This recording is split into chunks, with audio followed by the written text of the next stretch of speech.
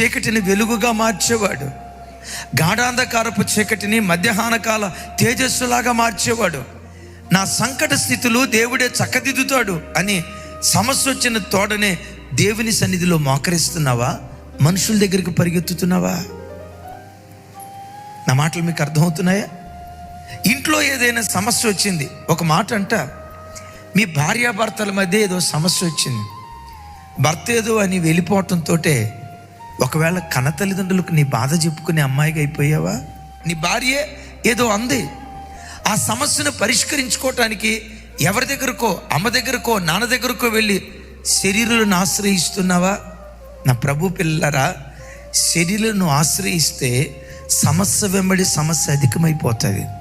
ఒక్క క్షణం ఆయన సన్నిధిలో మోకరించి, యేసయ్యా నా దిక్కు నీవే కదా, నా గుండెల్లో బాధ నీకు